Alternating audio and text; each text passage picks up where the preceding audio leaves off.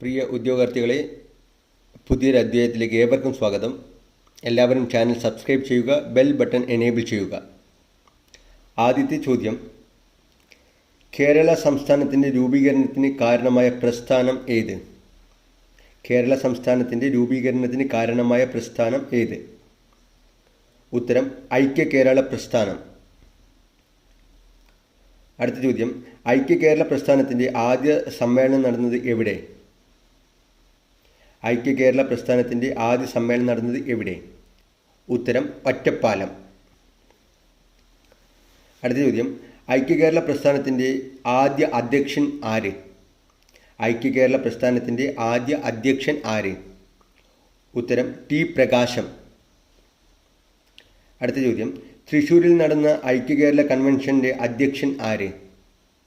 തൃശ്ശൂരിൽ നടന്ന ഐക്യ കേരള കൺവെൻഷൻ്റെ അധ്യക്ഷൻ ആര്?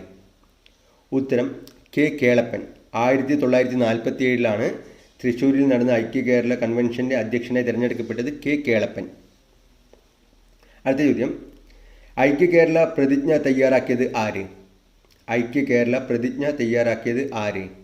ഉത്തരം: N V Krishna Warrier. N V കൃഷ്ണവാര്യരാണ് ഐക്യ കേരളയ്ക്ക് വേണ്ടി പ്രതിജ്ഞ തയ്യാറാക്കിയത്. അടുത്ത ചോദ്യം: ഐക്യ കേരള കൺവെൻഷനിൽ കേരള രൂപീകരണം ആവശ്യപ്പെട്ടുകൊണ്ട് പ്രമേയം അവതരിപ്പിച്ചത് ആര്? ഐക്യ കേരള കൺവെൻഷനിൽ കേരള രൂപീകരണവും ആവശ്യപ്പെട്ടുകൊണ്ട് പ്രമേയം അവതരിപ്പിച്ചത് ആര്? ഉത്തരം: ഇ മൊയ്തു മൗലവി. അടുത്ത ചോദ്യം: മലയാളം സംസാരിക്കുന്ന പ്രദേശങ്ങളെ ഉൾപ്പെടുത്തി കേരളം രൂപീകരണത്തിന് EMS ആവശ്യമുന്നയിച്ചത് തൻ്റെ ഏത് കൃതിയിലൂടെയാണ്? മലയാളം സംസാരിക്കുന്ന പ്രദേശങ്ങളെ ഉൾപ്പെടുത്തി കേരള രൂപീകരിക്കണമെന്ന് EMS ആവശ്യമുന്നയിച്ചത് തൻ്റെ ഏത് കൃതിയിലൂടെയാണ്? ഉത്തരം: 1.25 കോടി മലയാളികൾ എന്ന കൃതിയിൽ കൂടിയാണ് EMS ആവശ്യം ഉന്നയിച്ചത്. 1.25 കോടി മലയാളികൾ. അടുത്ത ചോദ്യം: ഫിനാൻഷ്യൽ എക്സ്പ്രസ് പ്രസിദ്ധീകരണം ആരംഭിച്ചത് എപ്പോൾ? ഫിനാൻഷ്യൽ എക്സ്പ്രസ് പ്രസിദ്ധീകരണം ആരംഭിച്ചത് എപ്പോൾ? ഉത്തരം: 1961. അടുത്ത ചോദ്യം: ഫിനാൻഷ്യൽ എക്സ്പ്രസ് പത്രത്തിൻ്റെ ഉടമസ്ഥർ ആര്? ഫിനാൻഷ്യൽ എക്സ്പ്രസ് പത്രത്തിൻ്റെ ഉടമസ്ഥർ ആര്? ഉത്തരം: Indian express limited. Indian express limited ആണ് ഫിനാൻഷ്യൽ എക്സ്പ്രസ് പത്രത്തിൻ്റെ ഉടമസ്ഥർ. അടുത്ത ചോദ്യം: ഇന്ത്യൻ എക്സ്പ്രസ് ലിമിറ്റഡിൻ്റെ സ്ഥാപകൻ ആര്? ഇന്ത്യൻ എക്സ്പ്രസ് ലിമിറ്റഡിൻ്റെ സ്ഥാപകൻ ആര്? ഉത്തരം: രാംനാഥ് ഗോയങ്ക. രാംനാഥ് ഗോയങ്കയാണ് ഇന്ത്യൻ എക്സ്പ്രസ് ലിമിറ്റഡിൻ്റെ സ്ഥാപകൻ. അടുത്ത ചോദ്യം: ഇന്ത്യയിലെ ആദ്യ ദിനപത്രം?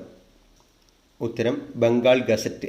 1780 ജനുവരി 29 പ്രസിദ്ധീകരണം ആരംഭിച്ചത്. ഇന്ത്യയിലെ ആദ്യത്തെ ദിനപത്രം ബംഗാൾ ഗസറ്റ്. അടുത്ത ചോദ്യം: ബംഗാൾ ഗസറ്റ് ആരംഭിച്ചത് ആര്? ബംഗാൾ ഗസറ്റ് ആരംഭിച്ചത് ആര്? ഉത്തരം: ജെയിംസ് അഗസ്റ്റ് ഹിക്കി.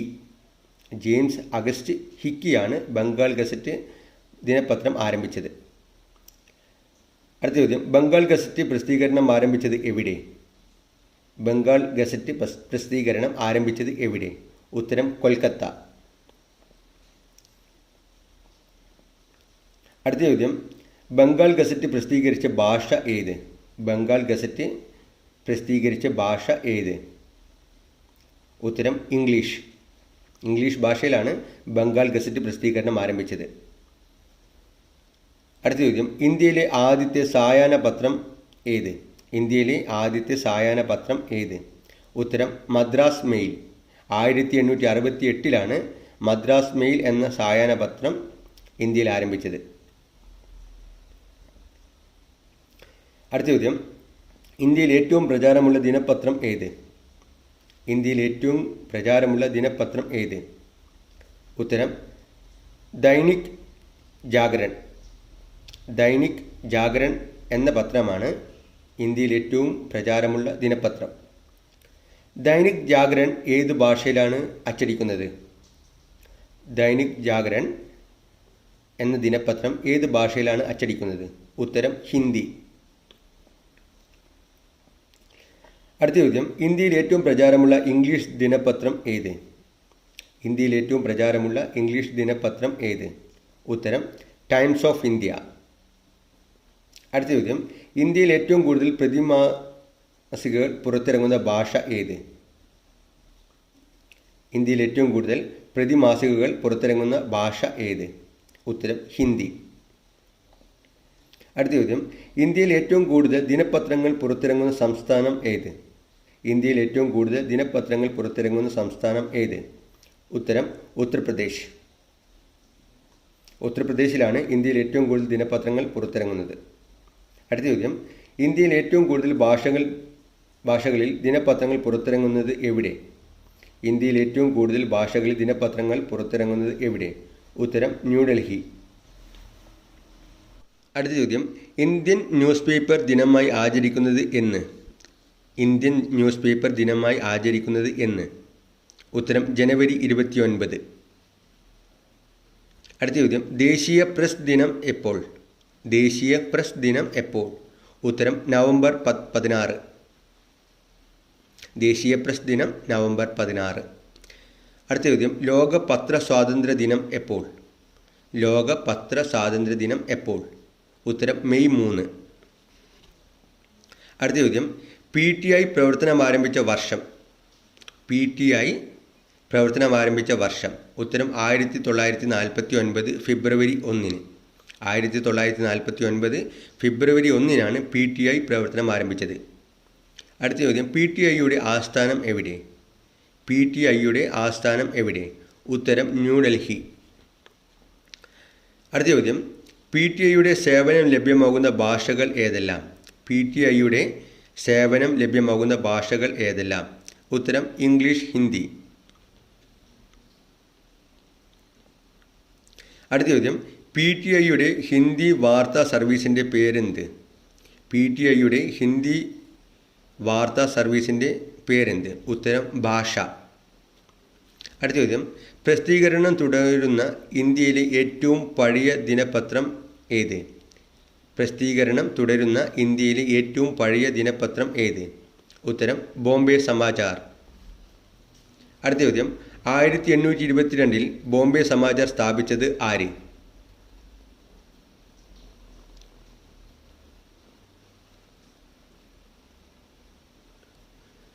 ഉത്തരം മാർ ബസ്ബാൻ. 1822 ബോംബെ സമാചാർ സ്ഥാപിച്ചത് മാർ ബസ്ബാൻ. അടുത്ത ചോദ്യം, ബോംബെ സമാചാർ ഏതു ഭാഷയിലാണ് പ്രസിദ്ധീകരിച്ചത്? ബോംബെ സമാചാർ ഏതു ഭാഷയിലാണ് പ്രസിദ്ധീകരിച്ചത്? ഉത്തരം ഗുജറാത്തി ഭാഷ. അടുത്ത ചോദ്യം, പ്രസ് കൗൺസിൽ ഓഫ് ഇന്ത്യയുടെ ആസ്ഥാനം? പ്രസ് കൗൺസിൽ ഓഫ് ഇന്ത്യയുടെ ആസ്ഥാനം എവിടെ? ഉത്തരം ന്യൂഡൽഹി. അടുത്ത ചോദ്യം, ഇന്ത്യയിൽ audit bureau of circulation ABC സ്ഥാപിതമായ വർഷം? ഇന്ത്യയിൽ audit bureau of circulation ABC സ്ഥാപിതമായ വർഷം? ഉത്തരം 1948.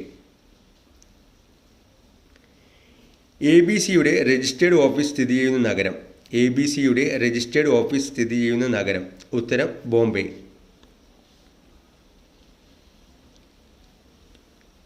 അടുത്ത ചോദ്യം, ദ ഹിന്ദു പത്രം സ്ഥാപിച്ചത് ആര്?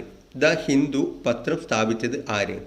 ഉത്തരം GS അയ്യർ, വീരരാഘവചാരി എന്നിവർ ചേർന്നാണ് ദി ഹിന്ദു പത്രം സ്ഥാപിച്ചത്. 1878. അടുത്ത ചോദ്യം, നേഷൻ എന്ന പത്രം ആരംഭിച്ചത് ആര്? നേഷൻ എന്ന പത്രം ആരംഭിച്ചത് ആര്? ഉത്തരം ഗോപാലകൃഷ്ണ ഗോഖലെ. ദ നേഷൻ എന്ന പത്രം ആരംഭിച്ചത് ഗോപാലകൃഷ്ണ ഗോഖലെ. അടുത്ത ചോദ്യം, ഇന്ത്യയിലെ ഏറ്റവും വലിയ ദ്വീപ് സമൂഹം ഏത്? ഇന്ത്യയിലെ ഏറ്റവും വലിയ ദ്വീപ് സമൂഹം ഏത്? ഉത്തരം അന്തമാൻ നിക്കോബാർ ദ്വീപുകളാണ് ഇന്ത്യയിലെ ഏറ്റവും വലിയ ദ്വീപ് സമൂഹം. അടുത്ത ചോദ്യം, ഉൾക്കടൽ ദ്വീപുകൾ ബേ ഐസ്ലാൻഡ് എന്നറിയപ്പെടുന്ന ഇന്ത്യൻ ദ്വീപ് ഏത്? ഉൾക്കടൽ ദ്വീപുകൾ എന്നറിയപ്പെടുന്ന ഇന്ത്യൻ ദ്വീപ് ഏത്? ഉത്തരം അന്തമാൻ ആൻഡ് നിക്കോബാർ ദ്വീപുകളാണ് ഉൾക്കടൽ ദ്വീപുകൾ എന്നറിയപ്പെടുന്നത്. അടുത്ത ചോദ്യം, നിക്കോബാർ ദ്വീപിൻ്റെ തെക്കേ അറ്റം എന്ത് പേരിൽ അറിയപ്പെടുന്നു? നിക്കോബാർ ദ്വീപിൻ്റെ തെക്കേ അറ്റം എന്ത് പേരിൽ അറിയപ്പെടുന്നു? ഉത്തരം ഇന്ദിര പോയിന്റ്. അതേപോലെ തന്നെ ഇന്ത്യയുടെ തെക്കേ അറ്റം അറിയപ്പെടുന്നതും ഇന്ദിരാ പോയിന്റ് എന്ന പേരിലാണ്. അടുത്ത ചോദ്യം, ഇന്ത്യയിലെ ഏക സജീവ അഗ്നിപർവ്വതമായ ബാരൻ സ്ഥിതി ചെയ്യുന്നത് എവിടെ? ഇന്ത്യയിലെ ഏക സജീവ അഗ്നിപർവ്വതമായ ബാരൻ സ്ഥിതി ചെയ്യുന്നത് എവിടെ? ഉത്തരം അന്തമാൻ.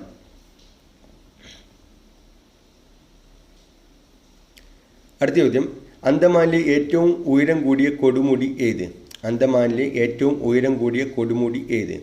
ഉത്തരം സാഡിൽ കൊടുമുടി. സാഡിൽ കൊടുമുടിയാണ് അന്തമാനിലെ ഏറ്റവും ഉയരം കൂടിയ കൊടുമുടി. അടുത്ത ചോദ്യം, ലിറ്റിൽ അന്തമാനെയും സൗത്ത് അന്തമാനെയും തമ്മിൽ വേർതിരിക്കുന്ന ഇടനാഴി ഏത്? ലിറ്റിൽ അന്തമാനെയും സൗത്ത് അന്തമാനെയും തമ്മിൽ വേർതിരിക്കുന്ന ഇടനാഴി ഏത്? ഉത്തരം ഡങ്കൻ ഇടനാഴി. ഡങ്കൻ ഇടനാഴിയാണ് ലിറ്റിൽ അന്തമാനെയും സൗത്ത് അന്തമാനെയും തമ്മിൽ വേർതിരിക്കുന്ന ഇടനാഴി. ഓക്കെ പ്രിയ കൂട്ടുകാരെ, ചോദ്യോത്തരങ്ങൾ ഇഷ്ടമായാൽ ബെൽ ബട്ടൺ എനേബിൾ ചെയ്യുക, ലൈക്ക് ചെയ്യുക. വീണ്ടും അടുത്ത വീഡിയോയിൽ കാണുന്നവരെ നന്ദി, നമസ്കാരം.